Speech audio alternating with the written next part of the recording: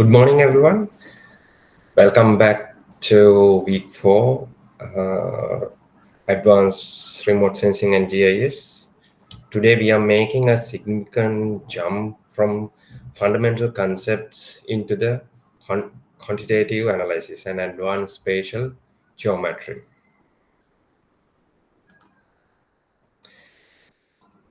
This is our roadmap for the day. We will stay by mastering the geometric concept, understanding how to perfectly align our data. Then we will move quickly into the core mathematical models, the advanced quantitative indices, transformations, and civil engineering applications that follow from them. Last week, we established the fundamental challenges. Raw satellite data is contaminated. It is contaminated radiometrically by the atmosphere and sun, and it's geometrically wrapped by sensors motion. So our goal with all pre-processing is to produce clean, reliable data that allows us to take accurate measurements. Geometric correction is where we fix the wrap. It is the process of stretching the image so that every pixel is aligned precisely with a standard coordinate system like UTM, Universal Transverse Mercator, SLD99, like Sri Lankan coordinate system. This is foundational because without it, if you can't trust your measurements, and you certainly can't do change detection, which requires perfect co-registration of two images from different dates. So today we focus on geometric correction, how we transform satellite imagery into map accurate data. Our goal is simple: remove distortions and align the image with real world coordinates.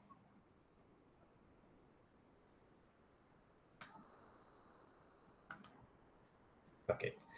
Satellite images are distorted by the sensor. As you can see, geometric distortions. There are many distortions.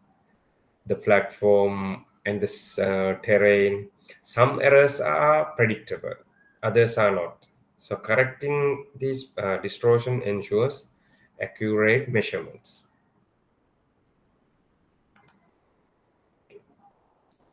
Correction types, map versus images. We can align an image to a map or to another image. Map registration is best for GIS analysis. Image to image registration is ideal for multi-temporal studies. As of engineering note, map-based preferred for project-ready output so that we can use our projects. Also, we have discussed this one also, ground control points. Ground control points are the anchor points of geometric correction. They must be clearly identified and well distributed. And good GCPs or the ground control points lead to reliable correction.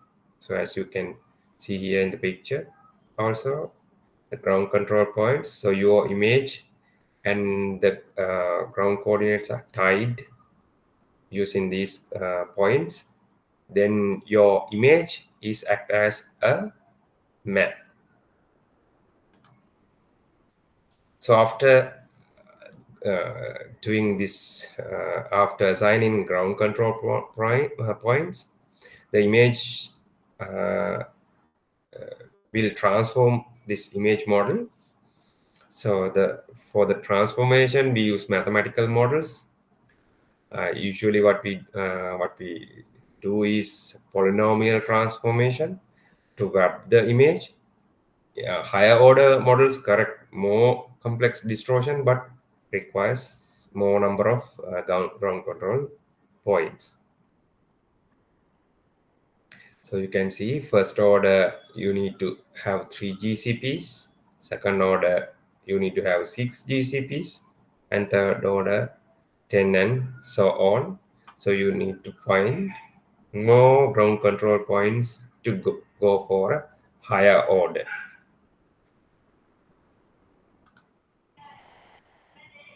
So another concept is the root mean square error. Once we done our um, transformation, we have to check the error with the ground, so that we have this equation root mean square error. So we are find the coordinate difference, and we um, uh, get the square root of those multiplication, and adding those x and y difference, and square, then find the square root of that. So we will find the difference or the distance with the original image, and this actual and ground, the satellite image and ground, the difference. So then we have this difference. So the difference of those point should be less than zero point 0.5 for acceptable geometrical errors. So otherwise, it will no use of using if the root mean square is high, we refine the GCP or adjust the model, or we can omit those GCP point, or we have to adjust the model.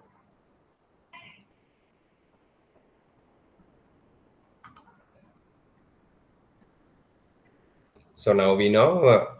So we input some GCPs, ground control points, and we check the root mean square error. Now we have to resample the image. That means again we have to again rebuild the image as of uh, given based on the given ground control points. So after wrapping, so we call it wrapping. So we change the image pixel into another arrangement, and that is we call wrapping. So we change the pixel position, we shift it, and resampling assign new digital number dn values to the corrected grid. This step affect randomly. So the choice of method matters. So there are few methods to how to resample. So let's see what are the common methods. So first one is resampling nearest neighbor. So nearest neighbor is fast and keep digital number values unchanged. It's better for classification or categorical data. So what happened here? So we have this digital number. So it will transform into a new position. So without changing the digital number. So that is good. So the output image preserve the original digital numbers. That is very important when we are when we are working with classification. So there are other methods also.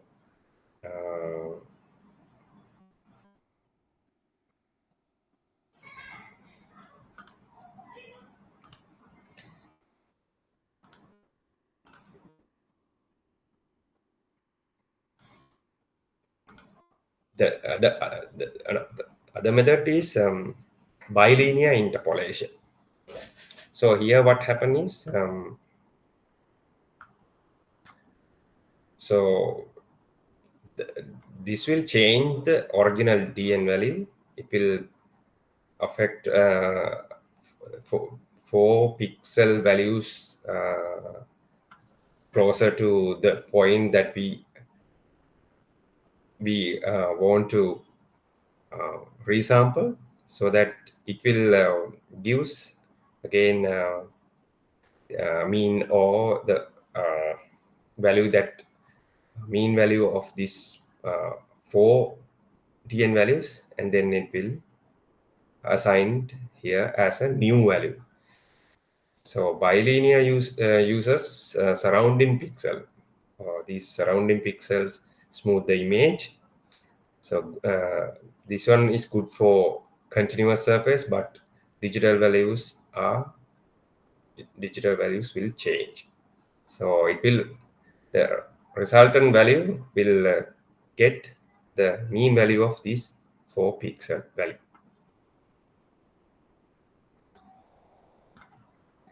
We have another resampling method also, cubic convolution.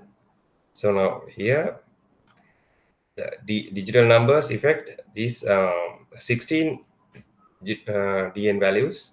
So cubic convolution procedure, the sharpest output using 16 pixels. So it's ideal for visual interpretation when detail matters.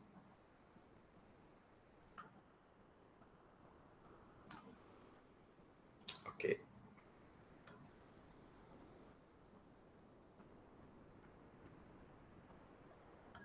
Now we move on to the resampling rule. So you have to keep in mind when we stretch out or wrap an image, we have to calculate value for the newly created pixel. So that is happening in resampling, or we call it this is resampling. And I want you to remember this rule. All right. Always use nearest neighbor resampling. Why? Because it copies the original pixel's digital number value, preserving the integrity of original number. This is absolutely mandatory if your ultimate goal is to run a classification algorithm, right? So always use nearest neighbor resampling for if you really want to do a classification afterward. So we are moving on to the next one, geometric errors. So one of our error is the sensor viewing angle. If the sensor looks straight down, that's nadir view, and distortion is minimal. But it is took off angle, it's create an oblique view. So as you see, we call it, if you are directly see the below the satellite or aerial uh, like aircraft, so it's directly below, we call it nadir. And these slant angle position we call oblique view. So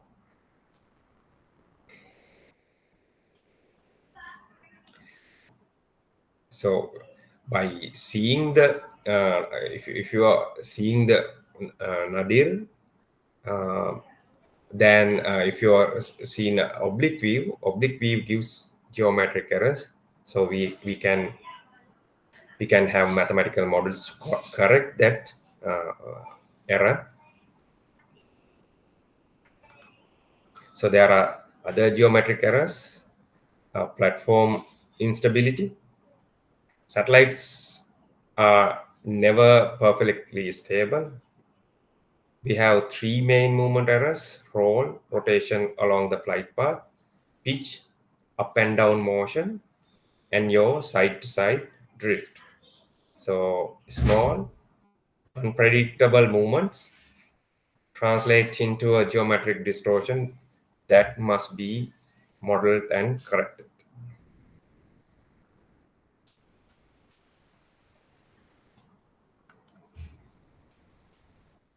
So registration is the practical application of geometric correction. It is how we align two images of the same place, say um, the 2020 image and 2025 image. if they are registered accurately, when you perform a simple subtraction to detect change, you'll just detect misalignment, not real world change, right? So the image registration is very much important.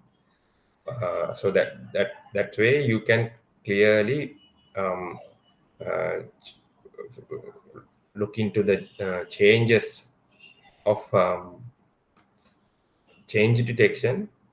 Otherwise, you will instead of change detection, you will find the misalignment. You will find the changes due to a misalignment. So there are other technique also in geometric correction. We call it image mosaicing. Once the image are registered, we can stitch multiple adjacent scene into a single seamless mosaic.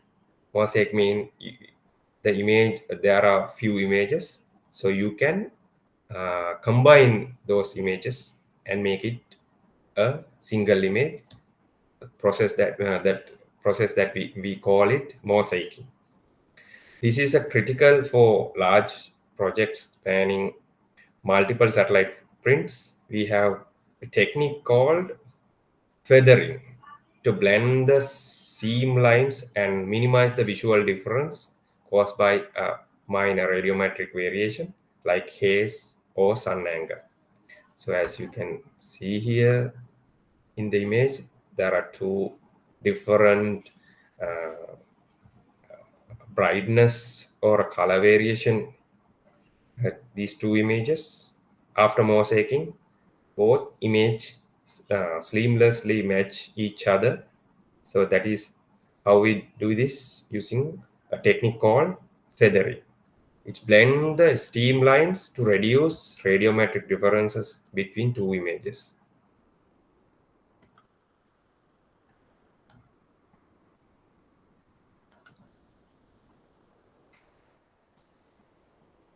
So we use filtering to enhance features or remove noise. The core tool is convolution kernel, a small moving matrix, typically 3 by 3.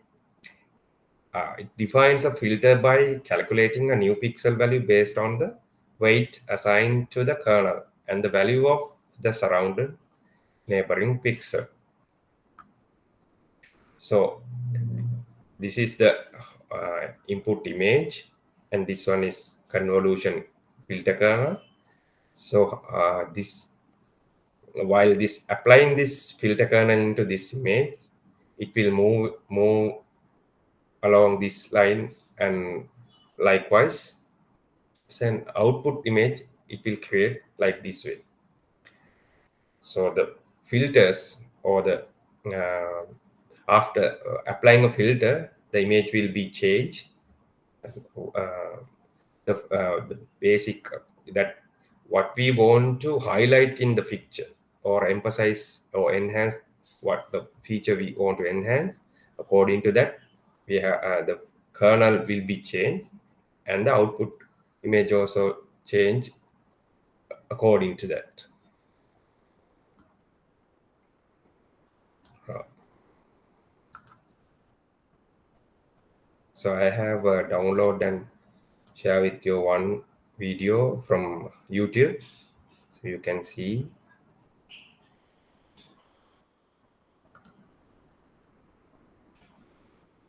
Let me show you a few examples on how we can apply these to create linear filters.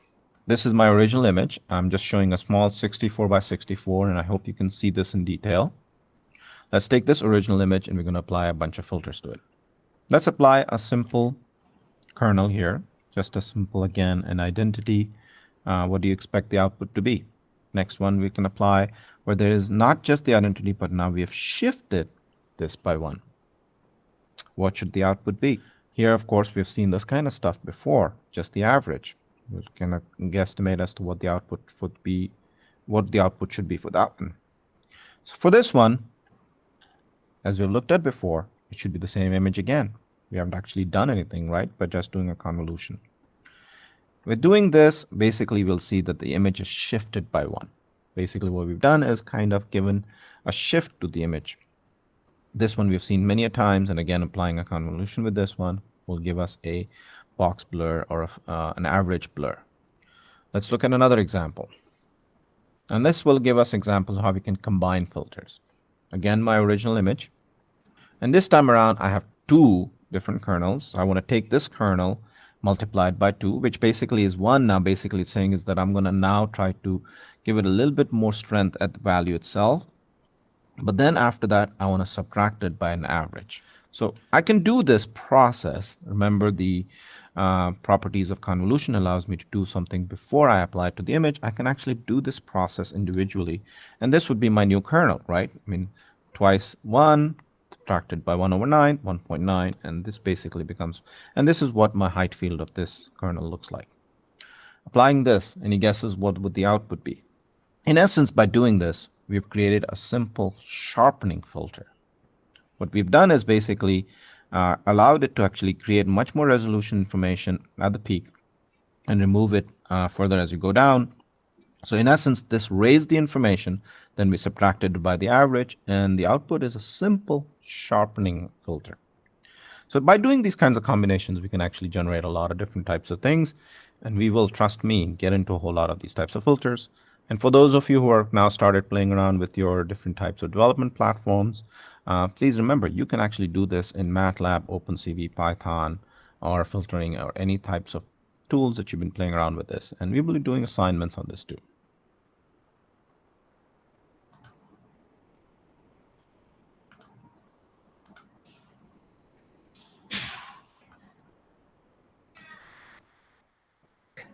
So in edge detection, uses high-pass filters. These kernels typically sum to 0. Example, center filter center value is -8 and neighbors +1. So that will enhance the that will reduce the data and enhance only edges, like as you can see this picture. This will enhance the edges of the picture, and other values are almost 0 values. So we can clearly extract these features from image. So same thing can be applied for a satellite image also. So this technique we also use for the satellite images to extract features such as buildings, road, or water features, sharp edges, where we have a sharp edges. We can extract features from using these edge detection filters.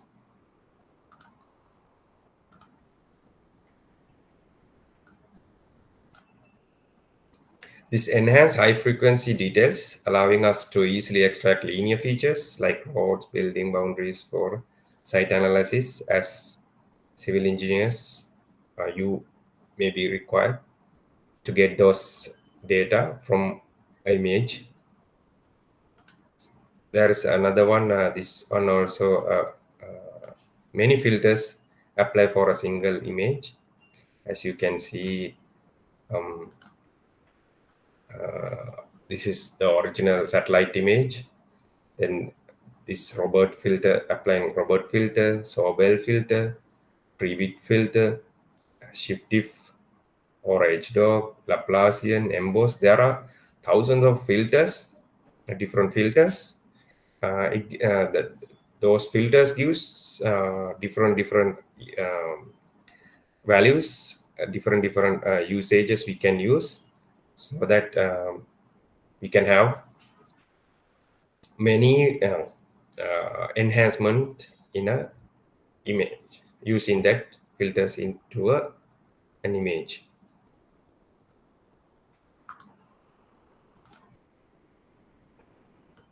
Okay.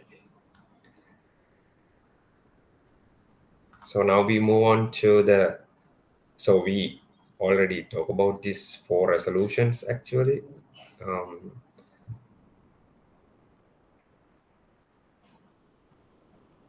so as you already know that there are four resolutions like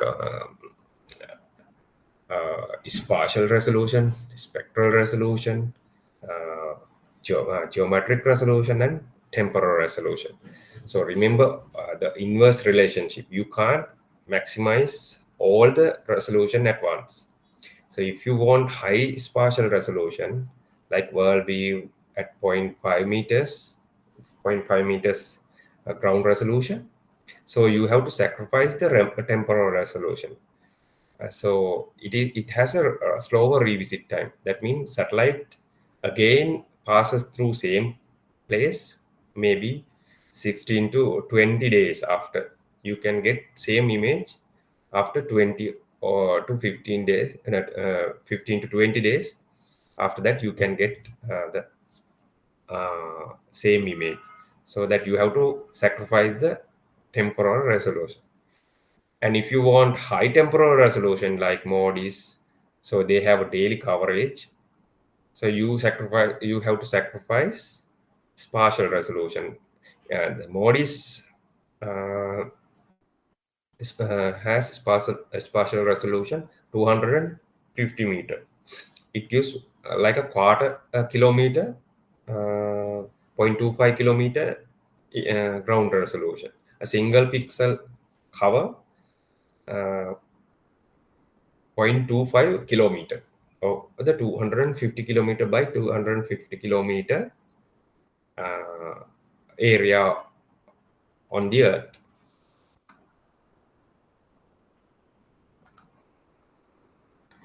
Also, there are another thing we have to consider, the clouds. So cloud is it's a because cloud and their shadows are our enemy in quantitative analysis. Clouds are false positive, so we can see too bright sometimes, and they create a shadow on an image, satellite image, and they are false negative, too dark. On the other hand, so our job is to tag those contaminated pixel and exclude from the calculation. So we have to mark the cloud coverage, cloud area. So we have to remove those area from our calculation or the classification, whatever we are going to do in remote sensing analysis. Um, we have to reduce or remove those area.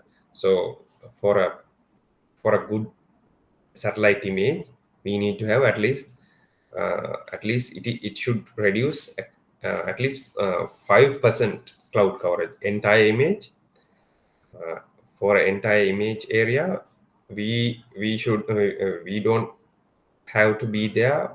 So 5% cloud, less than 5% is better. So more than 5% cloud in the satellite image, that means the image is not that good enough for our analysis work.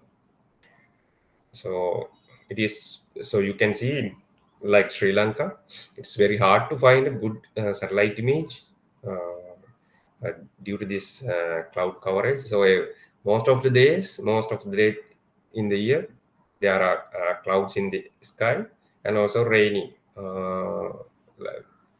Since our country in a tropical region, so we use automated algorithms like fmask and quality assurance bands for for a civil engineering projects. You must be the discipline, filter your initial image searches for scene with less than 5% cloud cover, and don't waste time correcting a scene that already heavily obscured. So if there is so we have an image with more cloud coverage, so we don't have to wait. You should not waste your time for correcting those removing those clouds from image. So you just omit those images and find a good satellite images from different sources so that you can work on your project.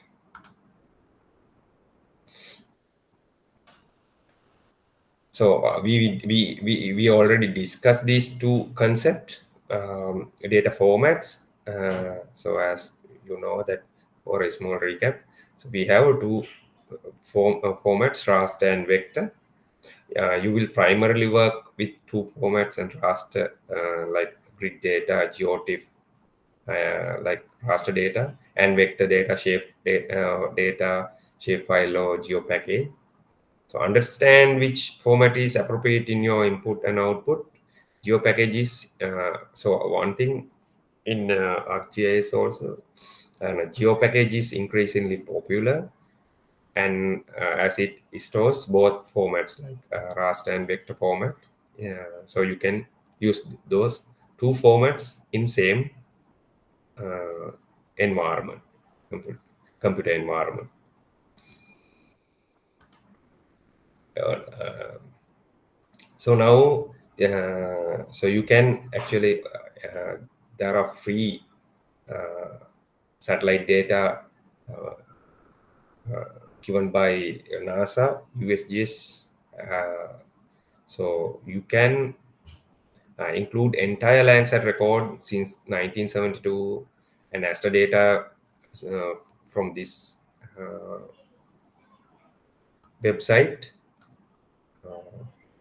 So I will show you how to so that how to navigate this to uh, web portal. So the next one is Sentinel satellite images. So they have Copernicus Open Access Hub. This is your primary source for modern European data, and it gives you access to the Sentinel constellation, specifically Sentinel 2 for high revisit 10-meter optical data, and Sentinel-1 for SAR data, that means radar data, which is crucial for all weather applications. So I will stop sharing this, and I will show you the two website which you can download from your data. Uh, Let me stop the sharing. Okay.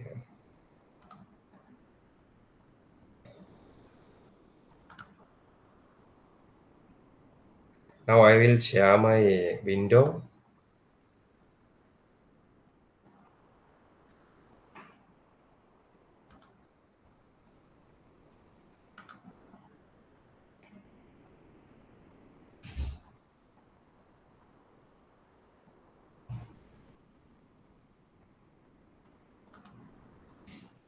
As you can see, this is Copernicus European browser. You can the download satellite data, so you can change the satellite, or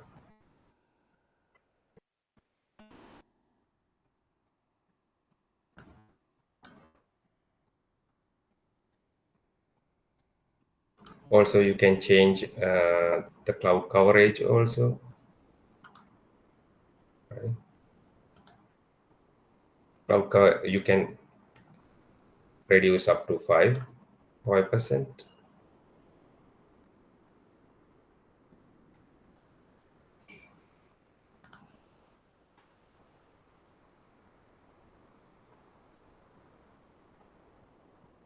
So you have to wait for data loading. Yeah, it is. They say it's loading.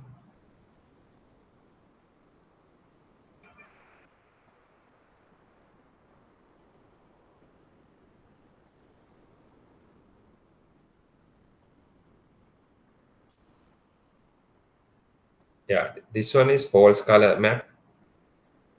They have So there are a lot of cloud in here. So maybe it is not suitable for many works since the so we have to avoid this image. So we have to find another date for our work sometime. Okay, let's see another date.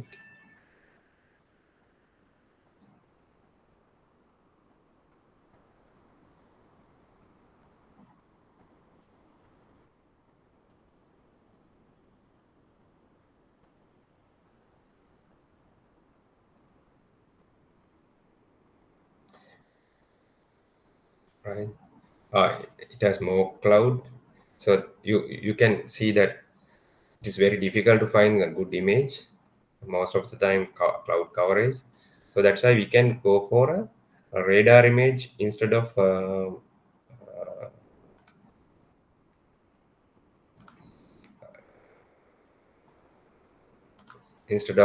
having a uh, RGB image.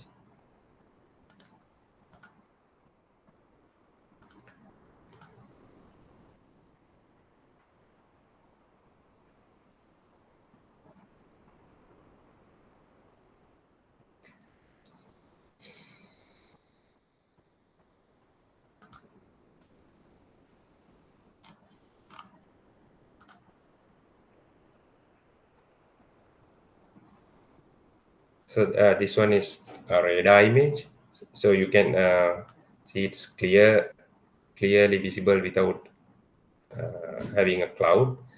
But the thing is, resolution is so much reduced, so we cannot clearly identify the places. So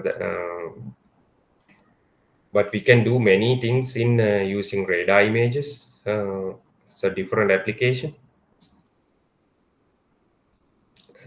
You can download these images by clicking this point.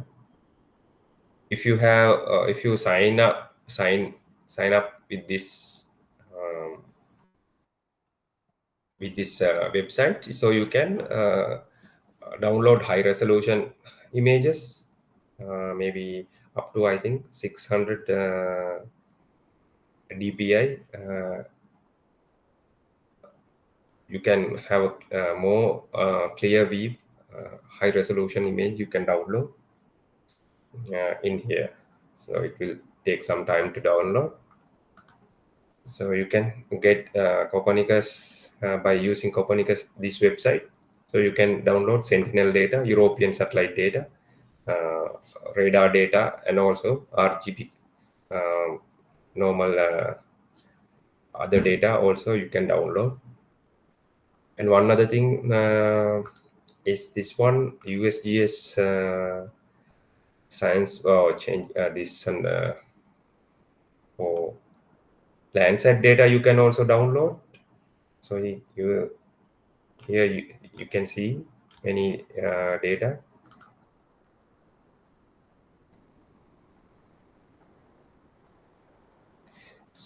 So this is eastern part of the country. If you go for this one,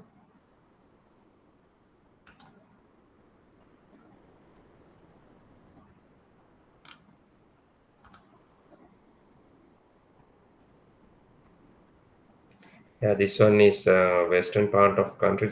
This is Mana area.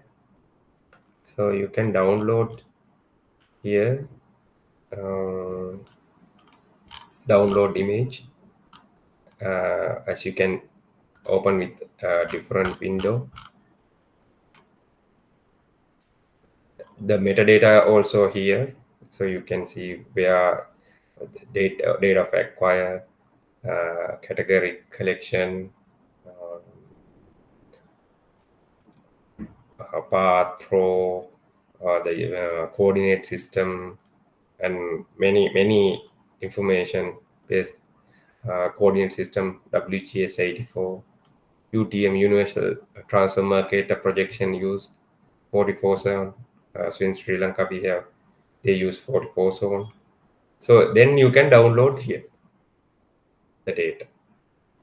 This way you can download satellite data for your projects. These two website they are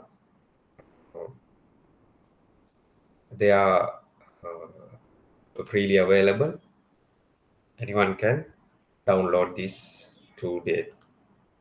So now I'm going to again go to the okay. So we have seen this too.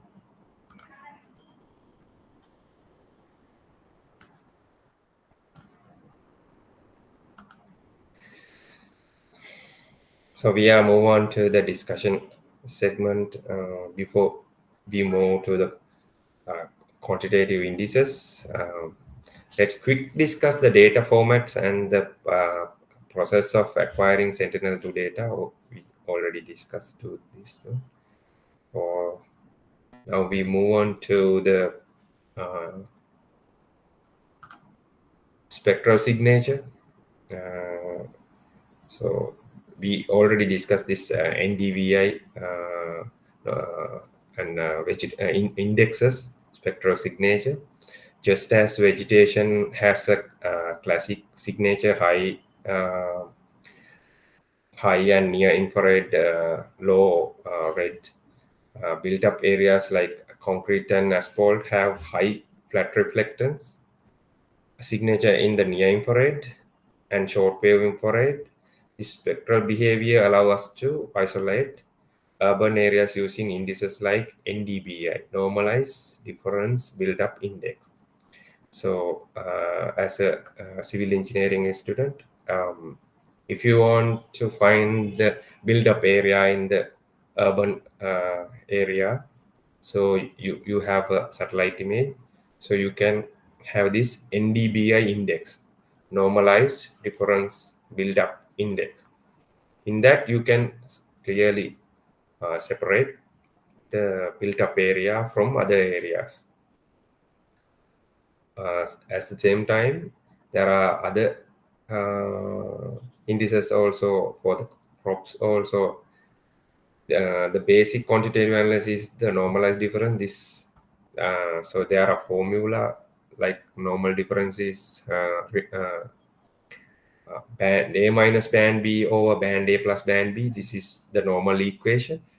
So the formula is used for virtually every stable index you will encounter. So I discussed in the previous one NDBI. Now we call the NDVI vegetation index. So all the indexes we do this one. We subtract two bands and divided by adding those two bands, the summation of those two bands. Then it will gives the mathematical the value gives the range between -1 to +1. That's why we are doing uh, uh, mathematically do this operation or do this equation, do this calculation. So it will fall those values into a -1 to +1 range, so that we can easily distinguish and understand these indexes. Uh, so the successfully surpasses effects from illumination, sun angle, and cloud shadow, making the result stable and comparable globally. So the problem is satellite image has some different illumination, different sun angle, and cloud and shadow. So they affect to the pixel. But why once you do this mathematical operation or calculate this indices, those indices gives the relationship, the ratio gives the relationship. It will not affect the illumination, sun angle, or cloud shadow. so that we can get the clear idea from that information.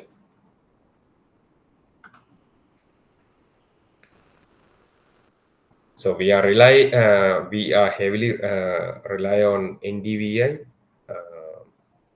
the vegetation index, normalized difference vegetation index. Uh, However, it has weakness also, such as saturation over dense forest. Once the canopy is extremely dense, NDVI maxes out, and you can't tell the difference between healthy and very healthy. Uh, uh, then there are other method also. I discussed earlier also. EVI solves this by incorporating the blue band, correct atmospheric noise, and prevent this biomass saturation. So there are techniques that some to reduce this uh, overly saturated situation. So while you are working on remote sensing data, you will find actually there are many challenges while you're working. So this one also the same situation I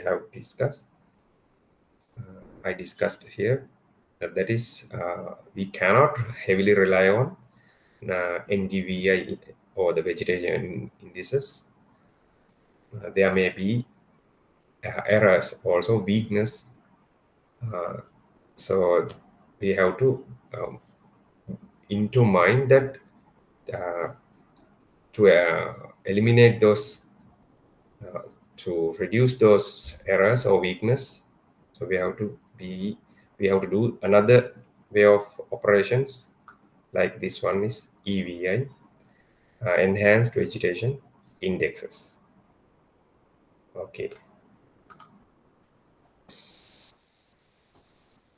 So there are another weakness is soil background. If you are monitoring sparse vegetation, sometime small, uh, this happen, your vegetation is not much. You just plant the seeds, and the vegetation or the plants are very small. So most of you can see the bare soil. Then bare soil will affect to the vegetation. So there will be a this happen due to the bare soil signature interference can happen. That's why we introduce the modified soil adjusted vegetation index. It will address this by adding a soil adjustment factor to the formula, making it superior index for monitoring crops in their early stage or working in arid region. Those are concept as a uh, you should know this concept to know this uh, the subject, so that you can use those concept for as a civil engineer. Also you can use this concept for the particular areas of your, so that's why we just um, know this concept. There are other concept also. Principal component analysis. So this is an advanced data compression technique. It condenses many highly correlated bands. Something, say we have 8 to 12 bands.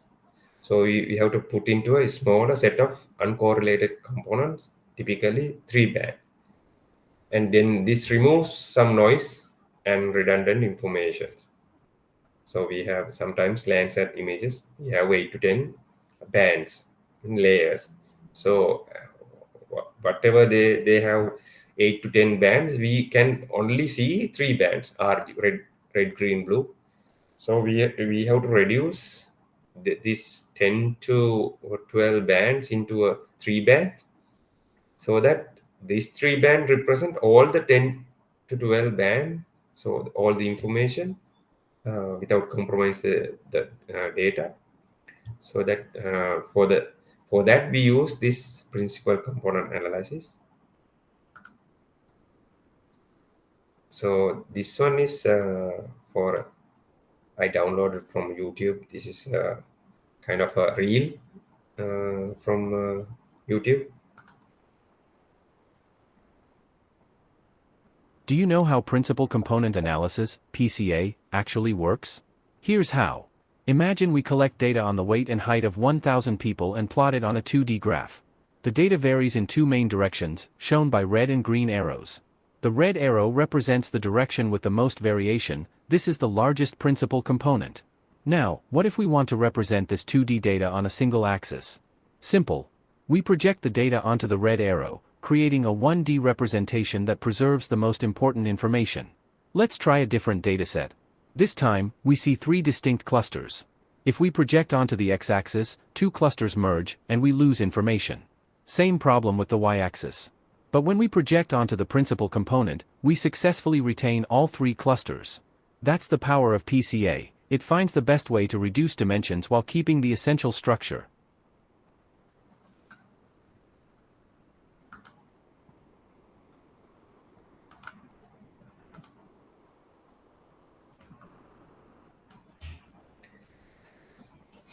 So the PCA, principal component analysis, components and mathematics, the output is powerful.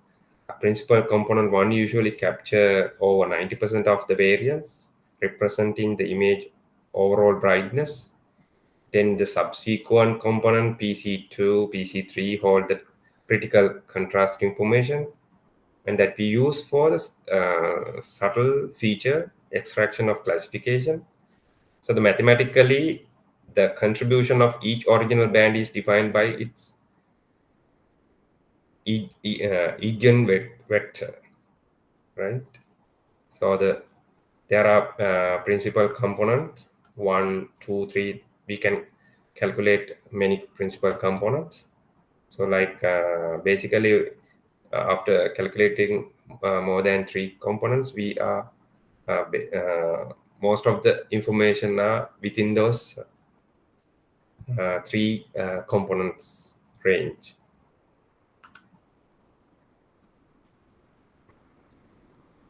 There are another concept, spectral angle mapper, or we call it SAM, is a robust classification method. It treats a pixel reflectance value as a vector in multidimensional space.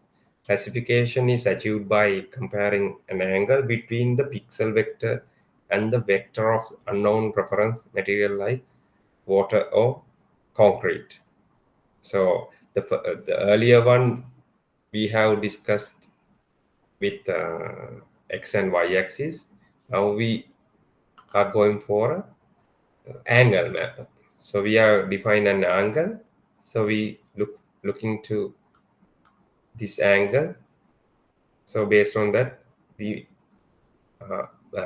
map the image. So based on that, we can get more classify the data. So the in these two axes, so we can classify the data between two axes. So we can put one color. Likewise, we can classify the image based on the angle. So we call it spectral angle mapper. So whatever we use this technique for to understand, for to classify, to extract the information from an image. So we do various calculations, mathematical formula, and applying many techniques to find the data on the satellite image. That is our main goal.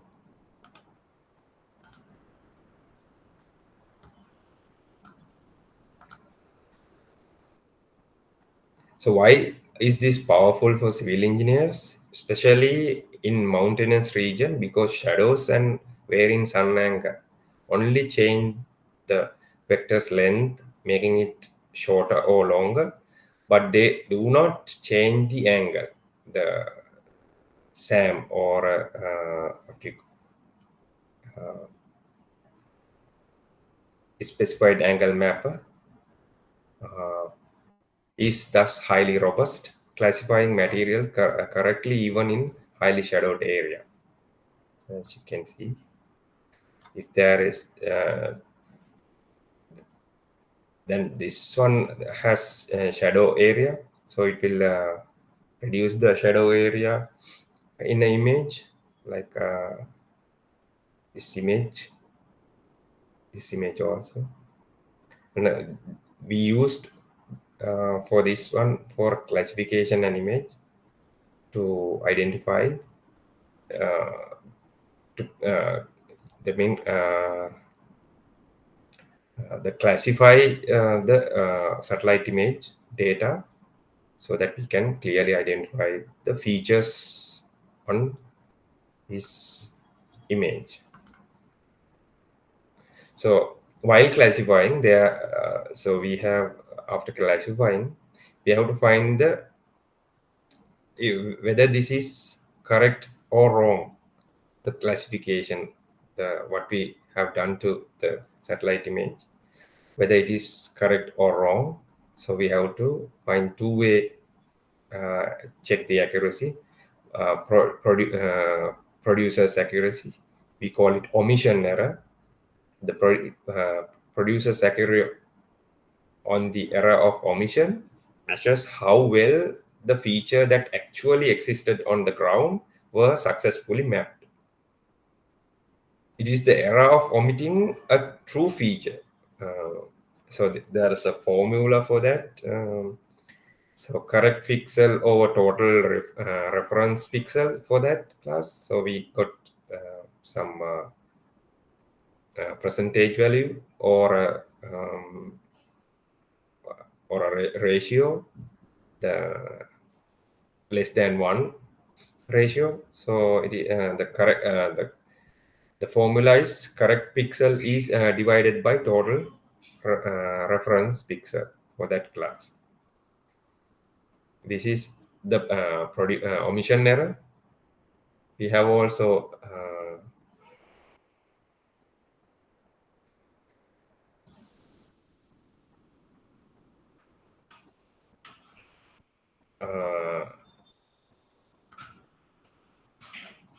there's also user's accuracy commission error, or the error of commission.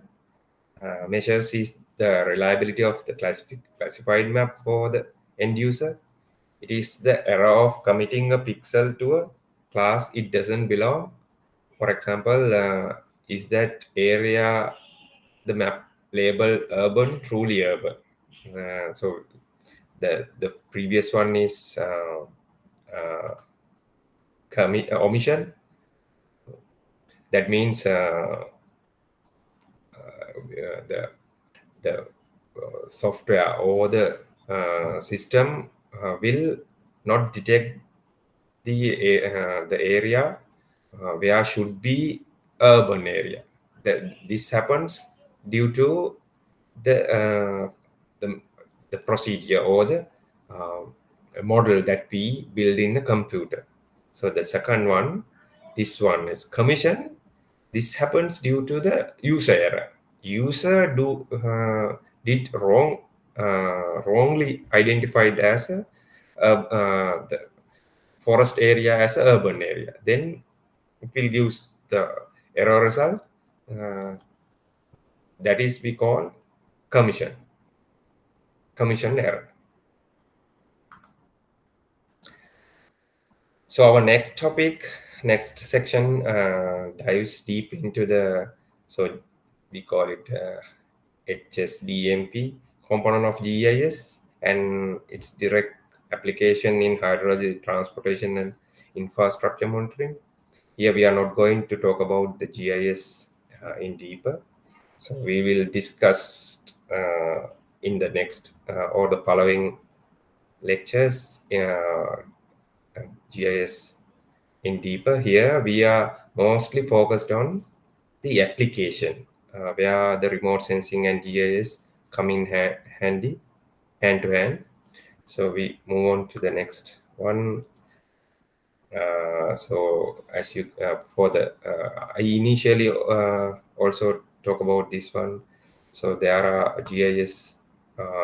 It is not just a software. It's a system composed of 5 critical components: hardware like servers, PCs, GPS units, likewise, and software like ArcGIS, QGIS, AirDAS imaging, like a software, data like remote sensing images, digital terrain models, vector layers, then methods like standard models, analytical tools, likewise, and the people, the engineer, analyst, interpreting, or the users, those who are interpreting the results, those are the people. So those 5 components basically consist of GIS. We call it component of GIS.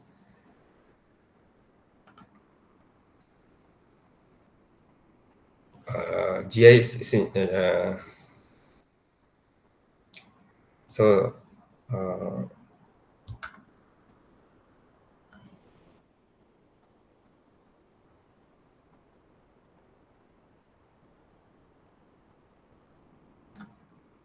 okay, we discuss those points. Okay. So we move on to the application.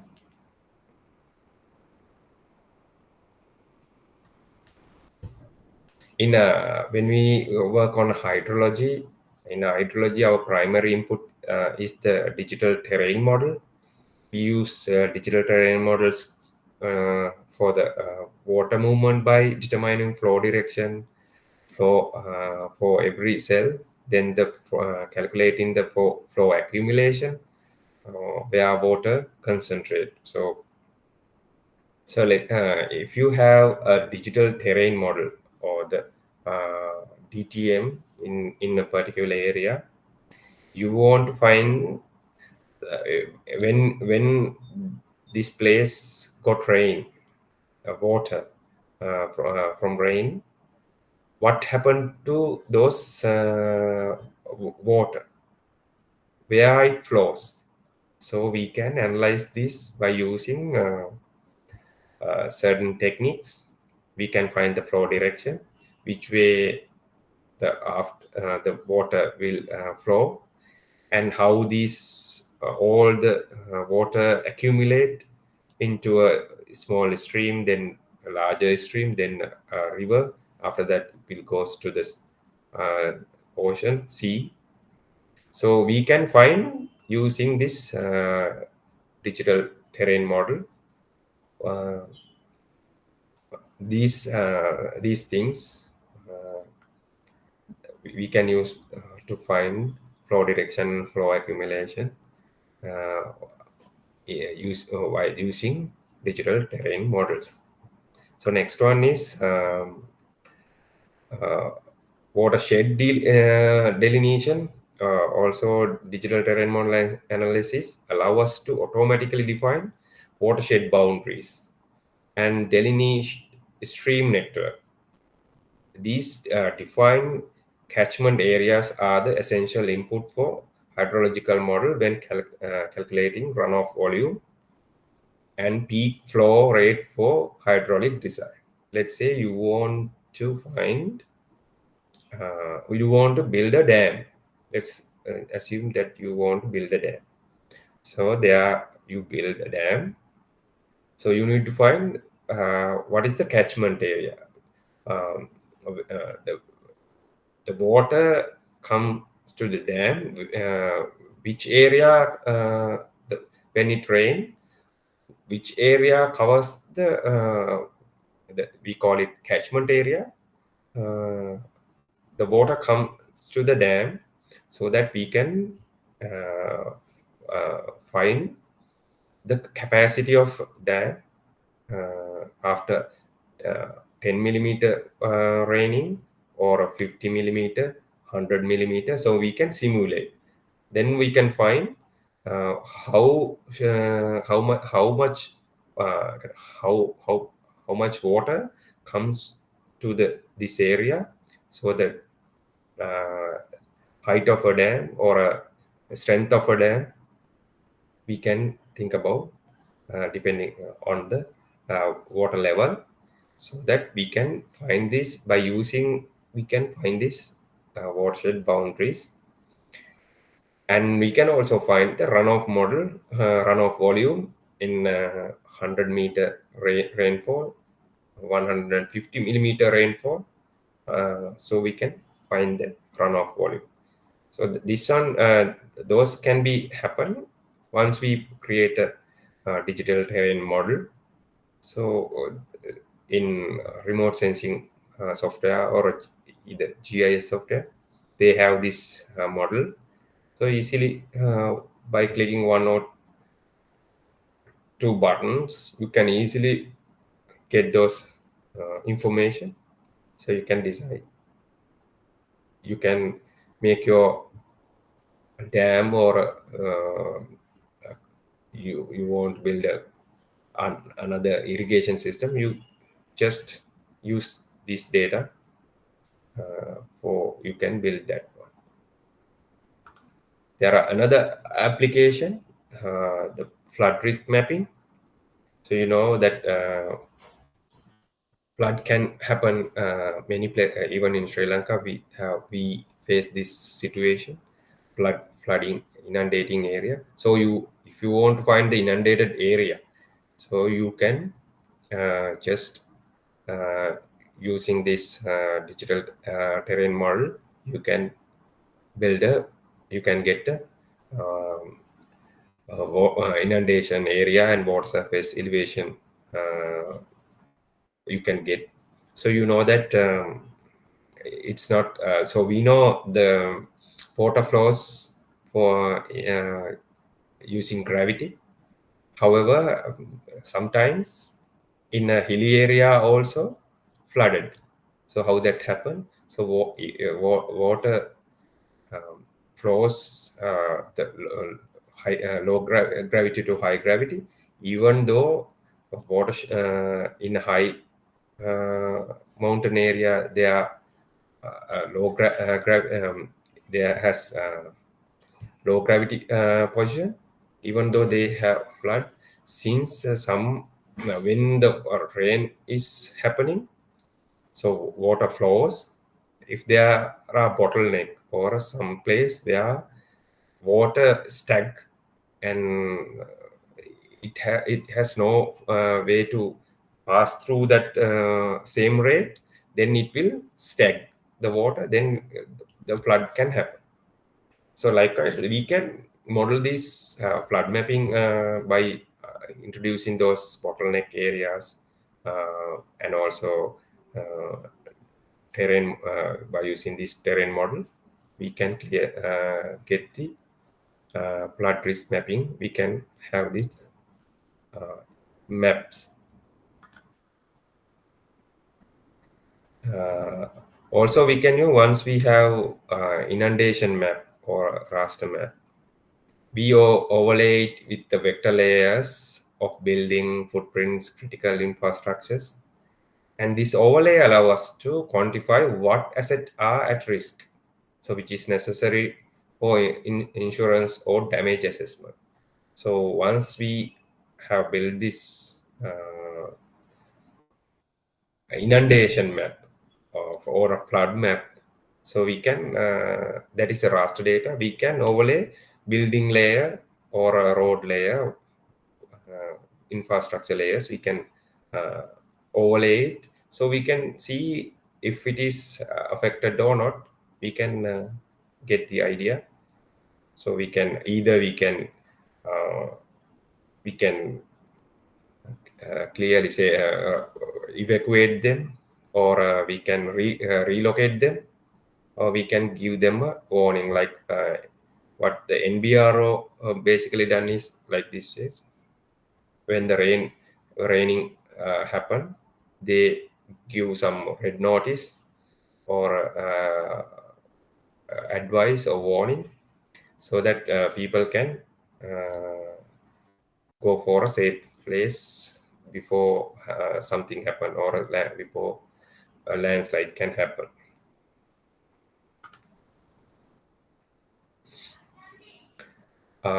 Also, we can use for the transportation and site development. Digital terrain models are indispensable for earthwork. As a civil engineer, we most of the time we use cut and fill. So we have to remove earth volume, the soil, and we have to fill. Even if we are building a road or a building or whatever the construction, we most of them we have to do this cut and fill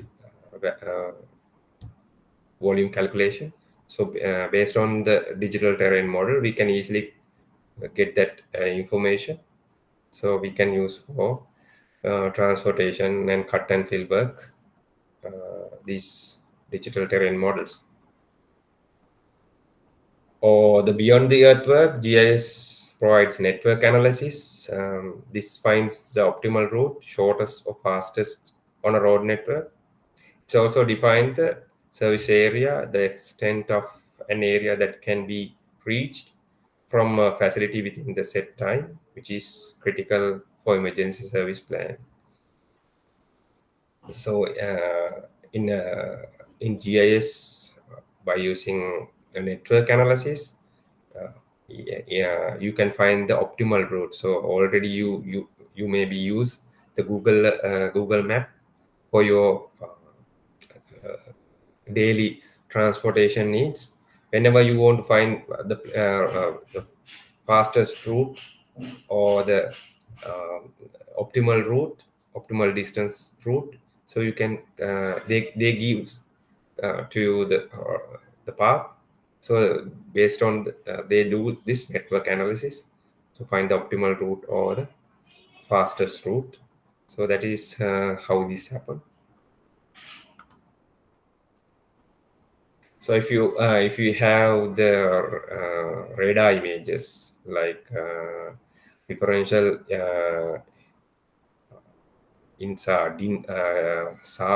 synthetic aperture radar images, so the GIS provide network analysis.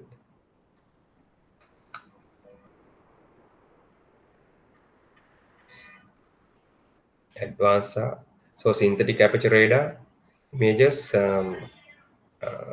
taken at a different times to measure the phase difference. That this difference reveals the ground deformation, the movement of the surface towards or away from the satellite between the two acquisition date. So DINSAR images is a game changer for civil infrastructures also. It detects millimeter level ground substances or heave movement toward or away from the satellite. This is crucial for monitoring stability around the large structure, dams, or specifically tunnels and deep excavation, often providing an early warning before visual cracks appear. So we can use for the infrastructure safety all for these images. Another application, land use and urban planning. In urban planning, we use remote sensing outputs like NDBI, we discussed this earlier, and change detection to perform sprawl monitoring, tracking the direction and speed of urban growth. Up to date LULC maps are the foundation of zoning and regulatory environment. So in urban planning, the planners required the urban growth to detect the urban growth. So time to time, so it, they need find the remote sensing data for like a temporal resolution for a period of time how the uh, town has grown. So they can find this change detection. They use this land use and urban planning application for the remote sensing data for that. And we also talk about the site suitability weighted overlays. For the site suitability is complex decision simplified by GIS. Our this objective is to find the optimal location for a development project. Uh, the method is weighted overlay. So let's see if you want to establish a factory. So you want once you want to establish a factory.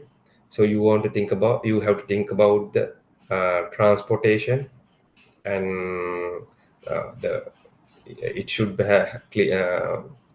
closer to good transportation network. It should avoid for residential area, otherwise the people will oppose to build the factory. So they have to find stable soil, uh, the land for stable soil, avoid from landslide and any hazardous situation, and also find the electricity and power requirement need to be there. So giving the weighted values for those requirements, they can have a suitable site suitability, check the site suitability, and find the good location for a factory. So you can say like that you can find a suitable site, check the site suitability by using GIS and remote sensing data. Uh, Other thing is a object-based image analysis also, and as a resolution increases drone data, the traditional pixel-based method generates too much salt and pepper noise. So object-based image analysis solves this by shifting the unit classification from single pixel to meaningful image segment or object. So just simply getting the idea of simple DN value or pixel, they have this method we use as an object in an image like building or a road or some particular school or something uh, uh, by the shape of object or based on the features. They segment the image into pixel into a meaningful image segment. So by using this, they can work on this object-based image analysis. So how we going to do this? The first step is to segmentation. There are an algorithm group adjacent pixel that are spectrally similar. So instead of classifying thousands of individual pixels, the system classifies few hundred objects that correspond directly to the real world features like an entire building or a single tree canopy. So instead of checking all the pixel in an image, thousands of 100,000 maybe a pixel. So we are going to check on the 100 objects. So it's rather simplify the operation. So the step two is classification and object-based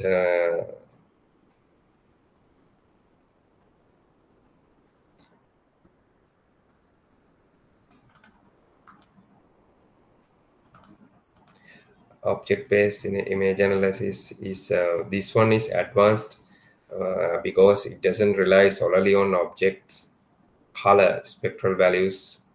This also uses inherent properties of the object itself, its shape like rectangular like building or amorphous like field, its size texture we use for identifying this object in an image.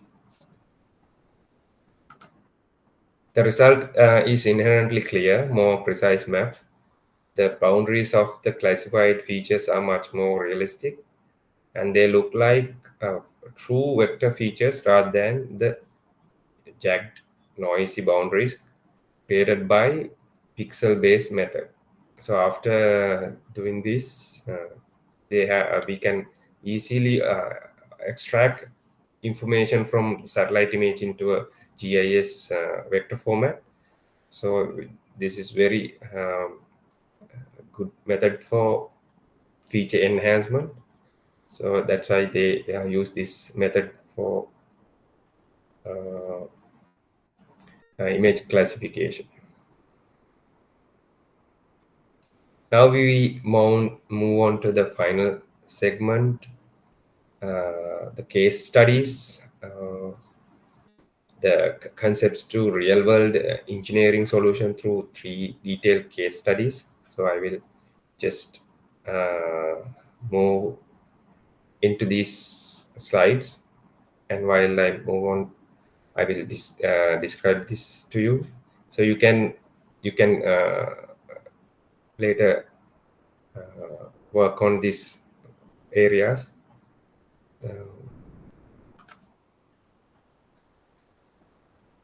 So first one is digital terrain model based modeling. So we are going to do a flood modeling. So here what we are do.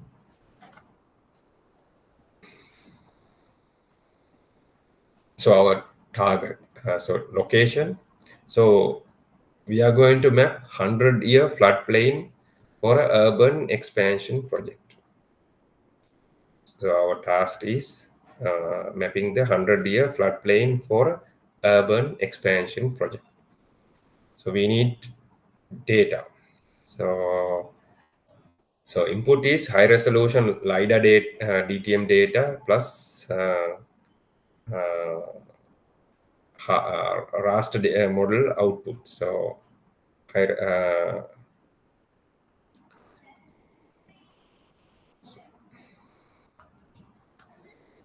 raster data output models. We use those LiDAR data and these model outputs.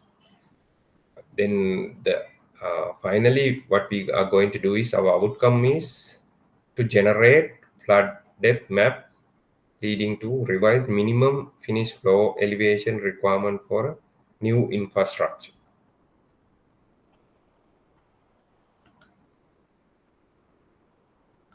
So how are we going to do? The objective is to develop high precision flood hazard map for a new coastal industrial park accounting for current infrastructure and predicted sea level rise. The challenge is the terrain is extremely flat, requiring millimeter level elevation data to accurately model water flow and inundation boundaries. So you know that the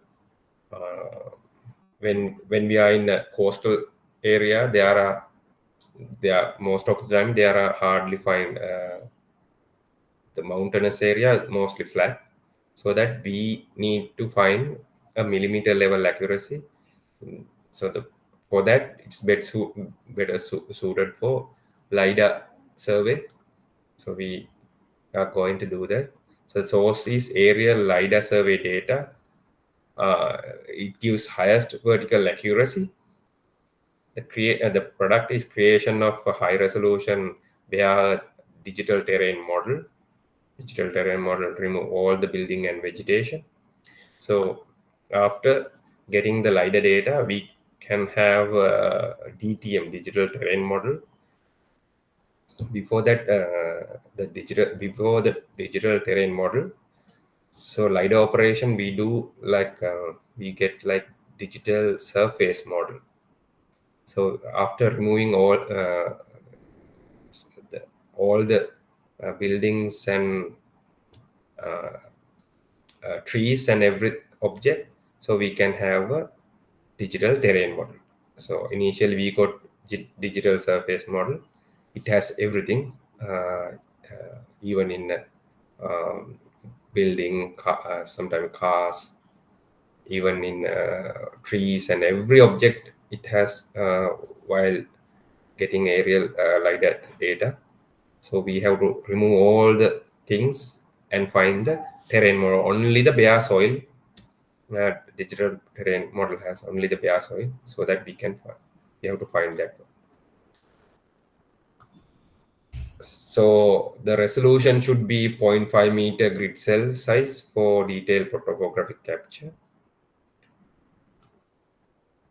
So what we're going to do, the DTM used as the base surface for HECRS 2D model simulation or equivalent hydraulic software. So this is a model. The DTM digital terrain model provides the elevation for every node in the model grid, and model output include 100-year and 500-year event water surface elevation. So there are some historical data also feed for this one. So we can find the flood map. So the process is there are a process called subtraction from the original digital terrain model and the classified flood depth map. So the thing is, so we know the value of the flood value or a particular place. So we know the value. So after subtracting this value or a particular area, so we can find the inundated area or a flood area, and we can find other way the non-flooding area. So after subtraction, actually raster subtraction, then can classify it as the flood depth. According to the flood depth, we can classify the digital terrain model and overlaying the flood map with property boundaries like building, roads, and everything, infrastructure vector layers. So we identified the asset at risk. So we can find the risk map. This is one study, case study we can have using remote sensing and GIS data.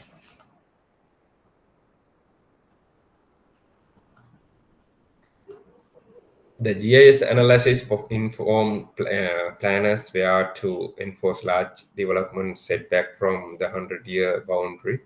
100, actually this one.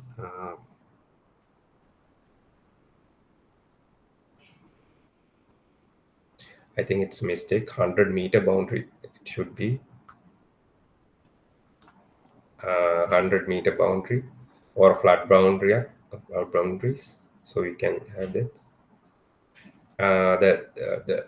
The required minimum finished floor elevation was calculated based on the flood depth map, ensuring new buildings are safe. So this type of mapping also done in after tsunami also. There are we have a buffer zone, 100-meter buffer zone from the coastal area. Initially, this buffer zone is inefficient, giving only 100 meter. So that finally decided to have based on the elevation, it should be create a buffer zone. So just having 100-meter buffer zone, later it will decided, and later it was decided as a elevation based buffer zone, and this way we can, like this way we can find this buffer zone. So this is the case study for that one.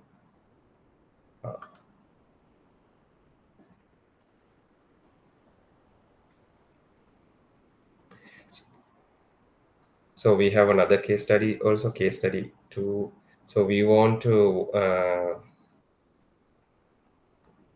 so our objective is to monitor the stability of new high-speed rail tunnel construction over 24 months to detect early sign of ground subsidence or settlement. So we want to find the settlements of railway tunnel construction. For the challenges required sub-centimeter accuracy across the entire 50-kilometer tunnel alignment continuously and non-invasive. So the thing is now, so we have a 50-kilometer tunnel alignment. If so, if we're going to do now, if we're going to do uh, LiDAR data. If you are going plan to get the LiDAR data, it is so difficult because 50 kilometer LiDAR data is it is difficult to collect the data. Also, handling the data also so difficult. So we need to find a different source for this project. That's why I input here. We are going to use the Sentinel data, like already I have show you the Copernicus browser, so you can find the Sentinel data. There are synthetic aperture radar satellite data freely available, and they have 60 day repeat cycle. So this one is all weather day and night data. So why it eliminating data gaps caused by cloud cover or sunlight. So we can download 50 plus image pairs over the alignment corridor and time series analysis. So we can go for that one also. So we are using synthetic aperture radar data for this case study.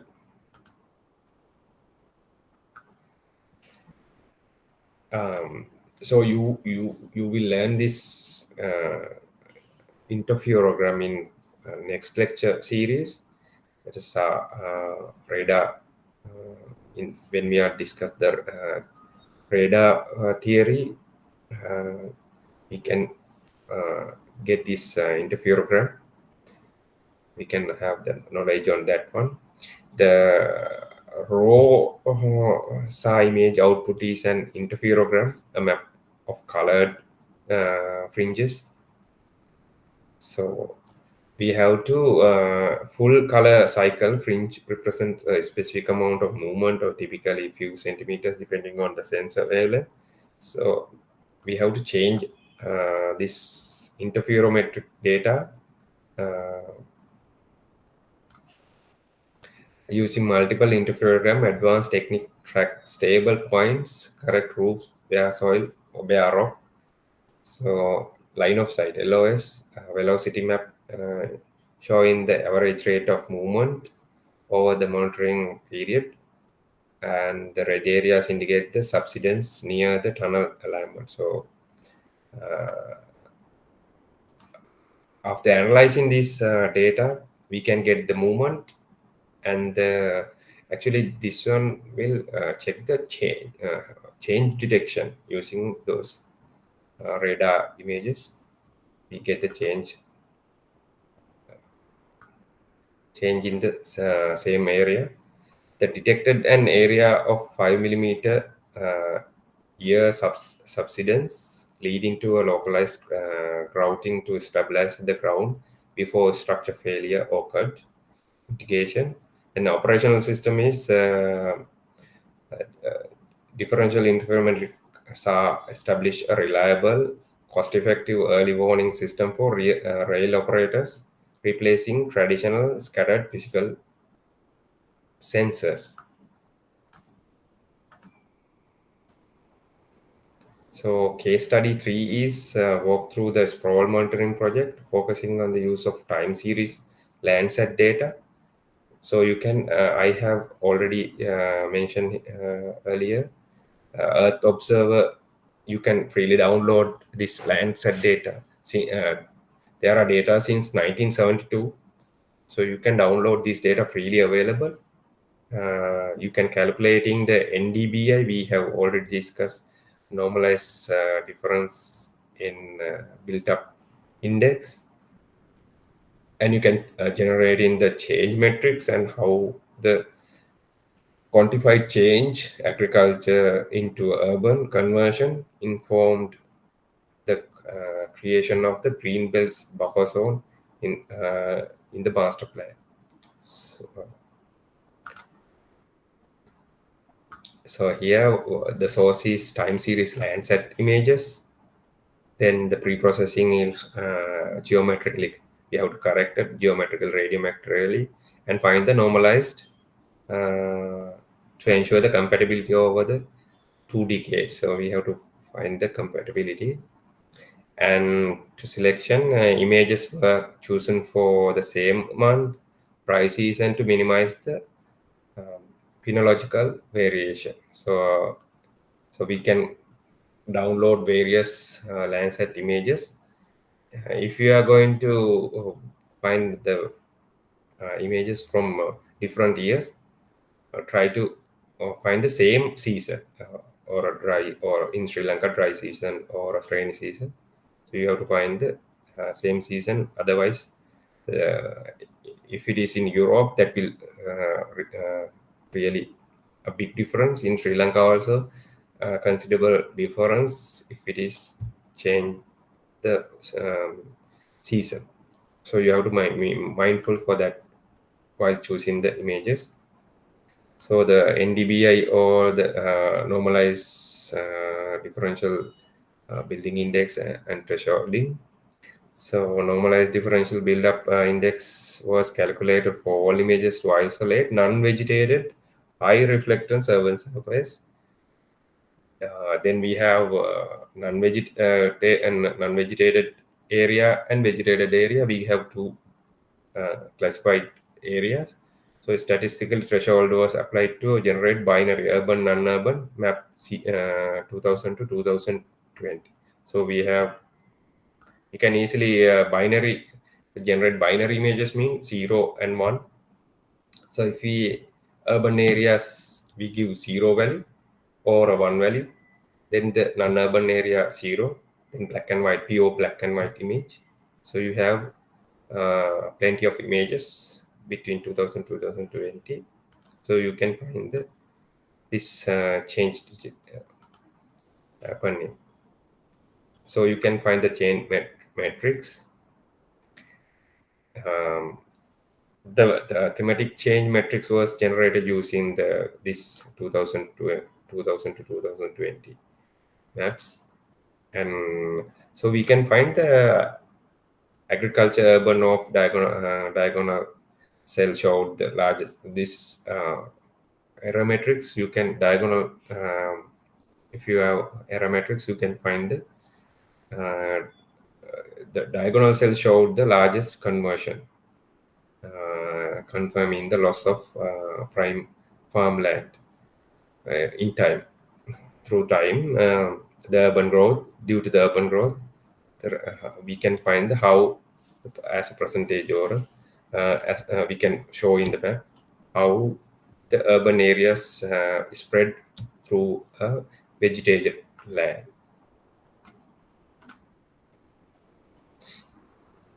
So based on that, the government or the policymakers can impose policies, so they can find the sprawl to create the green belt buffer zone, restricting urban development along the high affected corridors they can build, or the infrastructure now new growth areas identified by the analysis and were prioritized for future utility and road expansion budgets. We can find those areas, so we can the government or the authority can implement policies based on this information. So I will quick summarize today what we discussed today. The first one is the geometric correction. We discussed this one. Geometric corrections aligns the image to the real world, and the nearest neighbor resampling is mandatory before classification. And you must remember this one. And image registration is mandatory before change detection. These are non-negotiable, so you need to remember these two. For the resampling, nearest neighbor is mandatory. Before classification, nearest neighbor resampling is mandatory. For the chain detection, image registration is mandatory, right?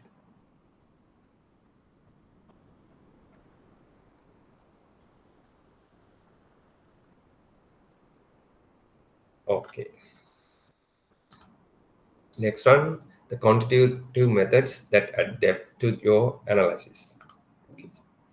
So the EVI and MSAVI to handle atmospheric and soil issues use PCA to compress data and SAM to classify accurately, even with shadows, and allows use the cross tabulation matrix to quantify LULC, land use land classification change, land cover change actually, LULC change. So in this, so you should have this idea. Use EVI for dense forest and MSVAI for sparse vegetation soil background. For this transformation, PCA compressed data, uh, while SAM classifies based on the vector angle and making it illumination independent.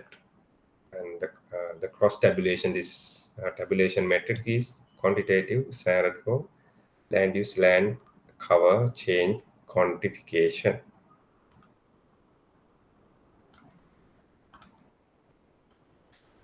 The finally accuracy.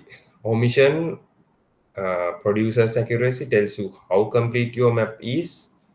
Did you miss anything? Commission uses accuracy, tells you how reliable your map is.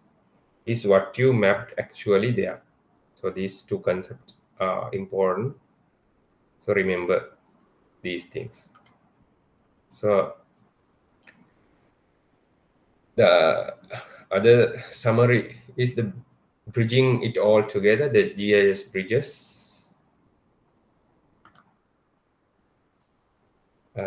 Digital terrain models uses hydrology, flow runoff, and transportation input, cut and fill. Weighted overlays solves complex planning problems, and uh, differential interferometric SAR, synthetic aperture radar, DIN SAR, allows us to monitor infrastructure stability remotely at millimeter scale. So we have discussed this application. So you have to remember the basic idea for the hydrology. Digital terrain models drive flow direction for accumulation, watershed delineation for runoff calculation. For the transformation also we can use digital terrain models for cut and fill. For the images remote radar remote sensing, we can use millimeter level subsidence monitoring. For the planning, we can use weighted overlays like slope and use land cover proximity for the suitability, site suitability. Okay. So now, so I have attached 3 questions also in here. So for you to get an idea, or you can check your knowledge. If you are running an unsupervised classification, which resampling method must you use? So resampling method we discussed, and we said mandatory resampling method. So think about, or the answer is already in the slides also, so you can check this. So my next question is, what is specific problem does the blue band solve when calculating enhanced vegetation index or EVI? So think about this question also. The answer is already in the slides. While you are checking the slide or go through the slide, you will find this answer. For my next question, explain how synthetic aperture radar (SAR) or a differential interferometric synthetic aperture radar or DIN SAR can detect instability around tunnel without ever placing a sensor on the ground, without ever placing a sensor, physically placing a sensor, how this DIN SAR image detect the instability of the ground tunnel around tunnel. So we already discussed this question in the lecture. While you gone through the slides, you will find the answers. So final links from pixel to policy. The power of this course is that you don't just see pixels, you see quantifiable data that translate into a tangible engineering decision. From revised policy to a structural routing. This is what advanced remote sensing and GIS empowers you to do. So I will conclude my lecture here. Or if you have any question, you can ask now. So I will answer the question.